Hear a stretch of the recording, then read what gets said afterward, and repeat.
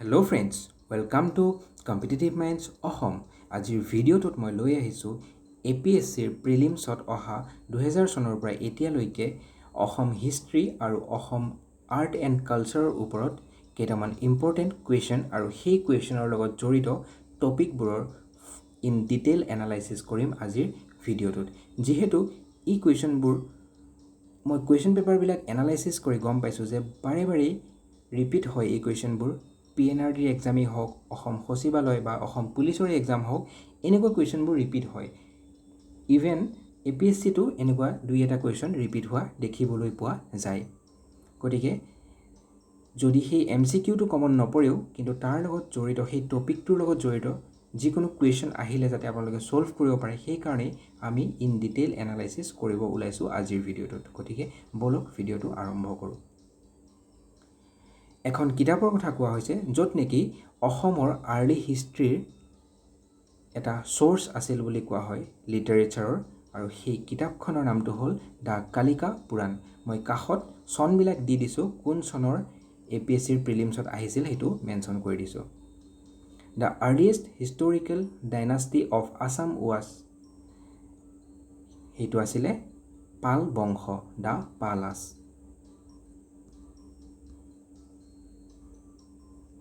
Hiuen Tsang কেতিয়া অসমলৈ আহিছিল সেইটো জানেনে? তেওঁ আহিছিল 640 CE। এইটো এটা ইম্পৰ্টেণ্ট কুৱেশ্যন।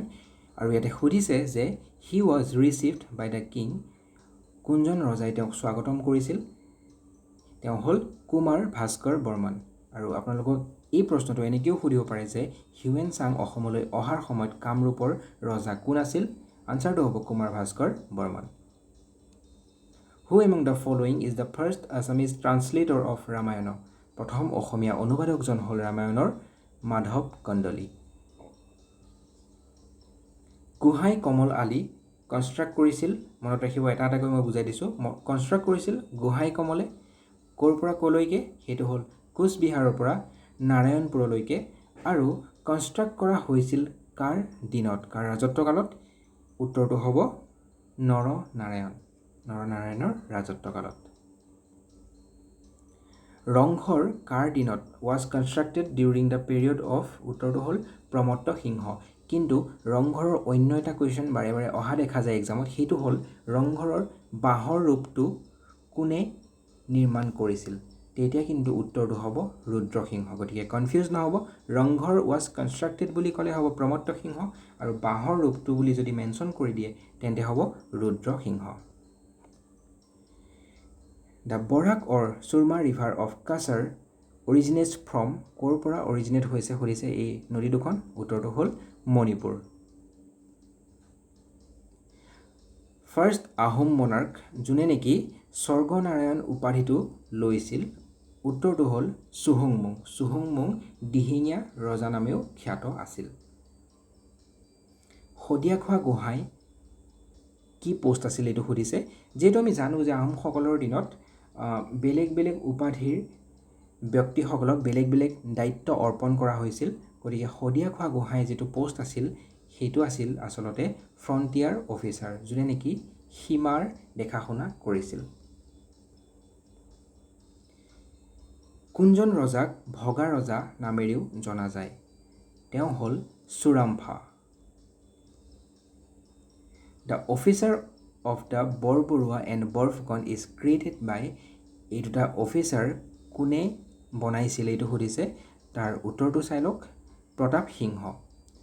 আৰু ইয়াৰ লগতে ইম্পৰ্টেণ্ট বহুকেইটা কুৱেশ্যন আছে, মই একেলগে কুৱেশ্যনকেইটা কৈ দিব বিচাৰিছোঁ। বৰবৰুৱা বুলি কওঁতে প্ৰথম বৰবৰুৱাজন কোন আছিল? তেওঁ হ'ল মোমাই তামুলী বৰবৰুৱা, আৰু মোমাই তামুলী বৰবৰুৱাৰ পুত্ৰ আছিল লাচিত বৰফুকন। তাৰপিছতেই প্ৰথম বৰফুকনজন কোন আছিল জানেনে? প্ৰথম বৰফুকন আছিল লাংগি পানিছিয়া, আৰু তেওঁক অন্য এটা নাম ৰঙাচিলা দুৱৰা নামেৰেও জনা গৈছিল।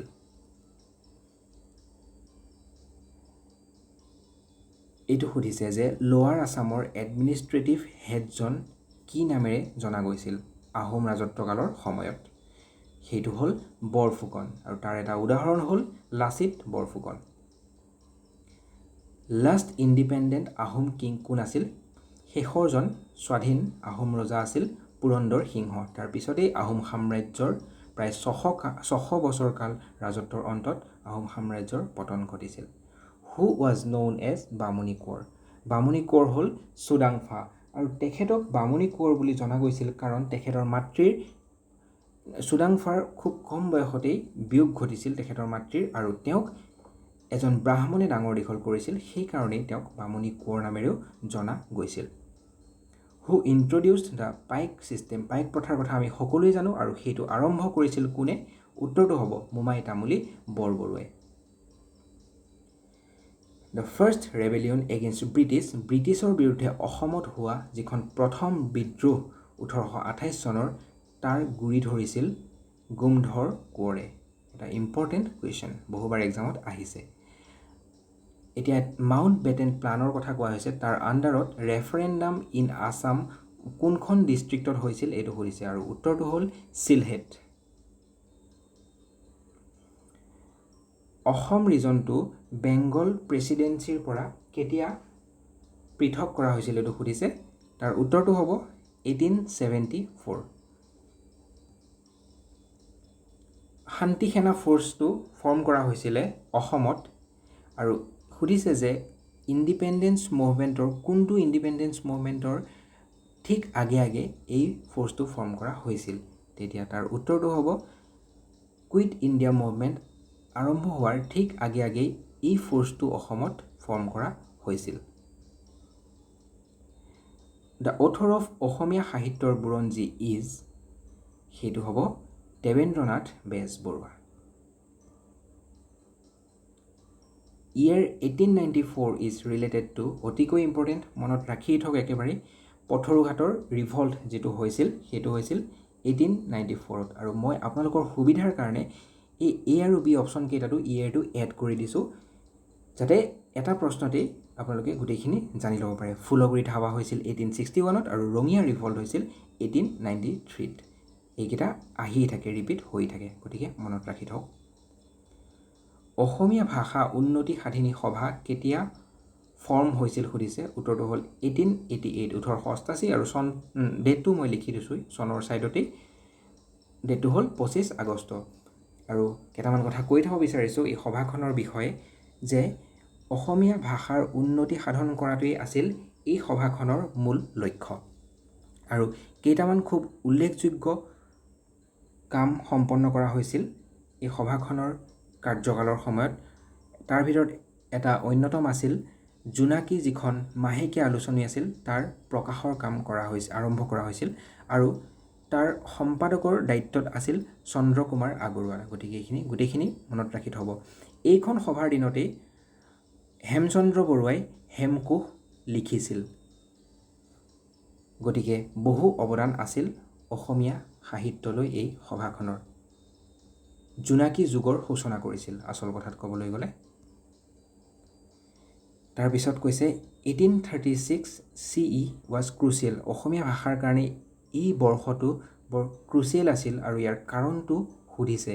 কাৰণটো হ'ল এটা বৰ মাৰাত্মক সিদ্ধান্ত লোৱা হৈছিল, সেইটো হ'ল Bengali was introduced as an official language in Assam. Bengali ভাষা প্ৰৱৰ্তন কৰা হৈছিল অফিচিয়েল লেংগুৱেজ হিচাপে। গতিকে মনত ৰাখিব চনটো আৰু এই কাৰণটো। Who was hanged with Maniram Dewan. Maniram দেৱানৰ সৈতে আৰু কাক ফাঁচি দিয়া হৈছিল, উত্তৰটো হ'ল পিয়লি বৰুৱা। মনত ৰাখিব।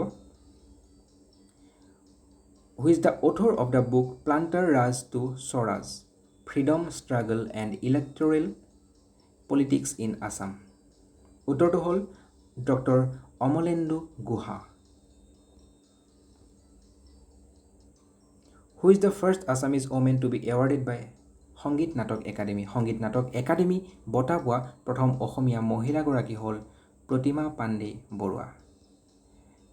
এইটো চাব 2015 চনত আহিছিল, গতিকে অতিকৈ ইম্পৰ্টেণ্ট এটা কুৱেশ্যন, যিকোনো এক্সামতেই আহিব পাৰে। আৰু শ্ৰীমন্ত শংকৰদেৱৰ জন্ম এইটো আমি সকলোৱে জানো আৰু বাৰে বাৰে এক্সামত আহিয়ে থাকে 1449। Who was the first martyr of 1942 revolt, যিখন বিদ্ৰোহ হৈছিল ব্ৰিটিছৰ বিৰুদ্ধে অসমত, তাৰ প্ৰথমজন শ্বহীদ আছিল কনকলতা বৰুৱা। 1942 মনত ৰাখিব, কনকলতা বৰুৱা।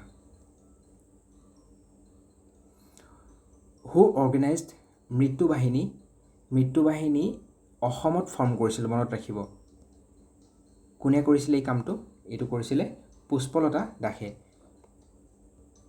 আৰু এটা কথা চাব পুষ্পলতা দাস তেখেতৰ মনোবল আছিল অতিকৈ ষ্ট্ৰং তেখেত আছিল ৰাজ্যসভাৰ এগৰাকী মেম্বাৰ 1951 পৰা 1961 লৈকে তেখেতে পদ্মভূষণৰ দৰে সন্মানো লাভ কৰিছিল আৰু তেখেতে নিজ চকুৰেই প্ৰত্যক্ষ কৰিছিল ভাৰতে স্বাধীনতা পোৱা সেই দৃশ্যবোৰ তেখেতৰ মৃত্যু হৈছিল 2003 চনত কলকাতাত আৰু তেখেতে মৃত্যুবাহিনী আৰু শান্তি বাহিনী নামে দুটা বাহিনী গঠন কৰিছিল সেই মৃত্যুবাহিনীতেই পিছত যোগ দিছিল কনকলতা বৰুৱাই আৰু ইয়াত যোগ দি তেওঁ শ্বহীদ বৰণ কৰিছিল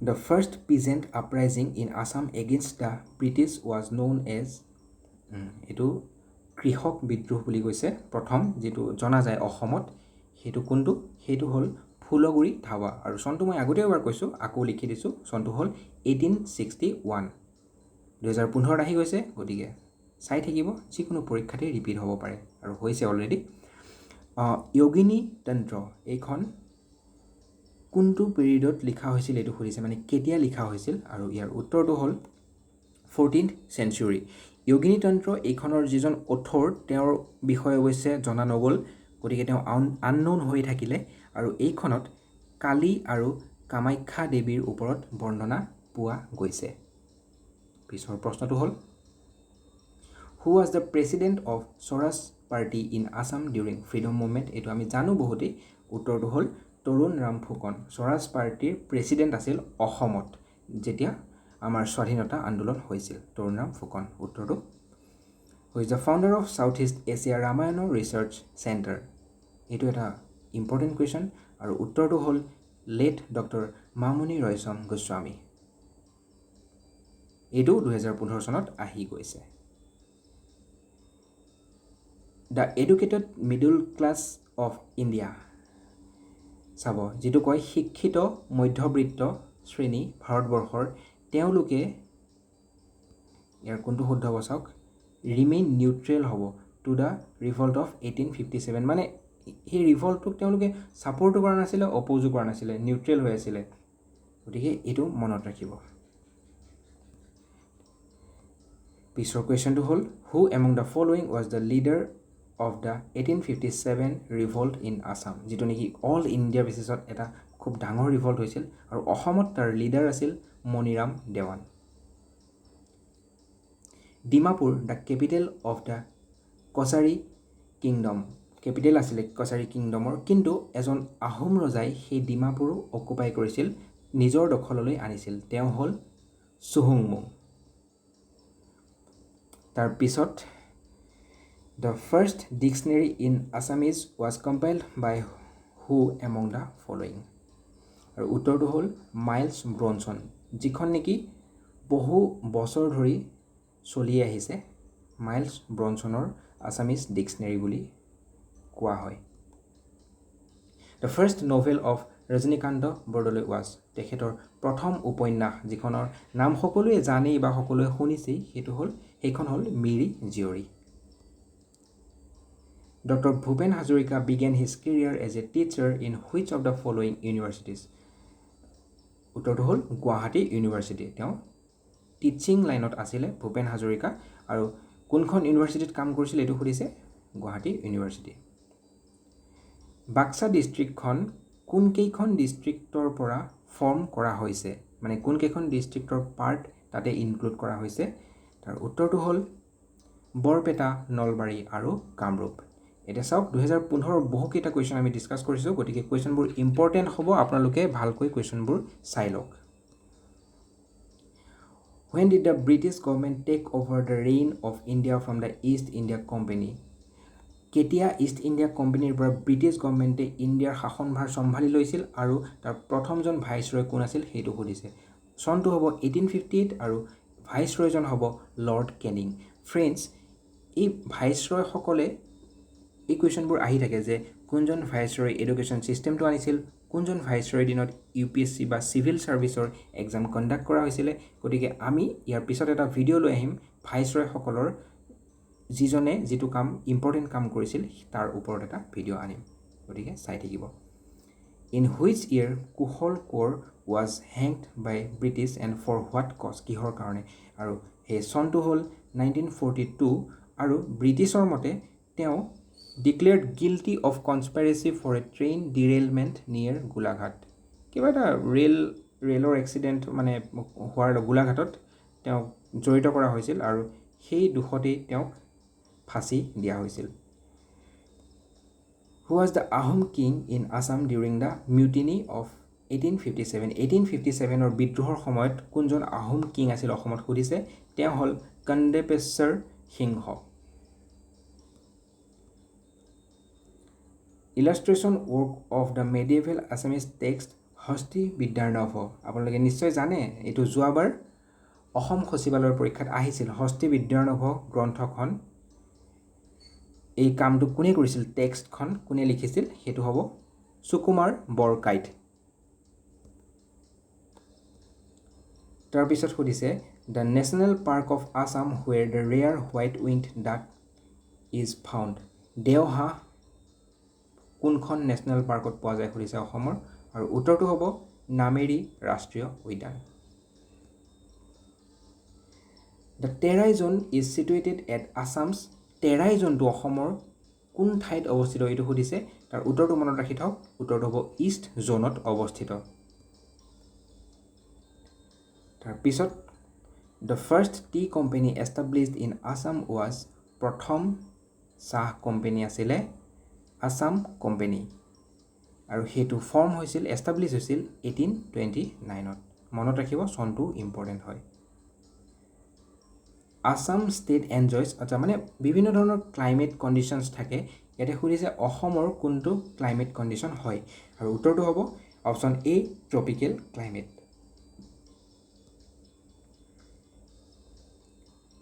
name the author of the famous book চাহ গৰম দ্য টি ষ্টৰী বহুবাৰ পৰীক্ষাত ৰিপিট হৈছে কুৱেশ্যনটো অৰূপ কুমাৰ দত্ত এই কুৱেশ্যনটো পিএনআৰডিৰ পৰীক্ষাটো ৰিপিট হৈছিলে গতিকে মনত ৰাখিব ভালকৈ the Kamakhya temple was rebuild by the Koch king কোনজন কোচ ৰজাই কামাখ্যা মন্দিৰটো পুনৰ নিৰ্মাণ কৰিছিল উত্তৰটো হ'ল নৰনাৰায়ণে এইটো এটা ইম্পৰ্টেণ্ট কুৱেশ্যন গতিকে ফ্ৰেণ্ডছ আমি 50টা কুৱেশ্যন ডিছকাছ কৰিলোঁ কিন্তু তাৰ লগতে আমি বহুতো ৰিলেটেড কুৱেশ্যন ডিছকাছ কৰিলোঁ গতিকে মুঠ কুৱেশ্যনৰ সংখ্যা প্ৰায় 200 মান কুৱেশ্যন আমি ডিছকাছ কৰিলোঁ এই ভিডিঅ'টোত গতিকে এনেকুৱা ভিডিঅ' আমি আকৌ লৈ আহিম আপোনালোকক যাতে এটা ভাল প্ৰিপেৰেশ্যন দিব পাৰোঁ এক্সামছৰ ছিজন যিহেতু আহি আছে বহুতো এক্সাম আহি আছে সেইকাৰণে তাৰ আগত এটা ভাল প্ৰিপেৰেশ্যন আপোনালোকক দিয়াটোৱে হ'ল আমাৰ লক্ষ্য গতিকে ফ্ৰেণ্ডছ ভালে থাকক পঢ়ি থাকক চাই থাকিব competitive minds Assam signing of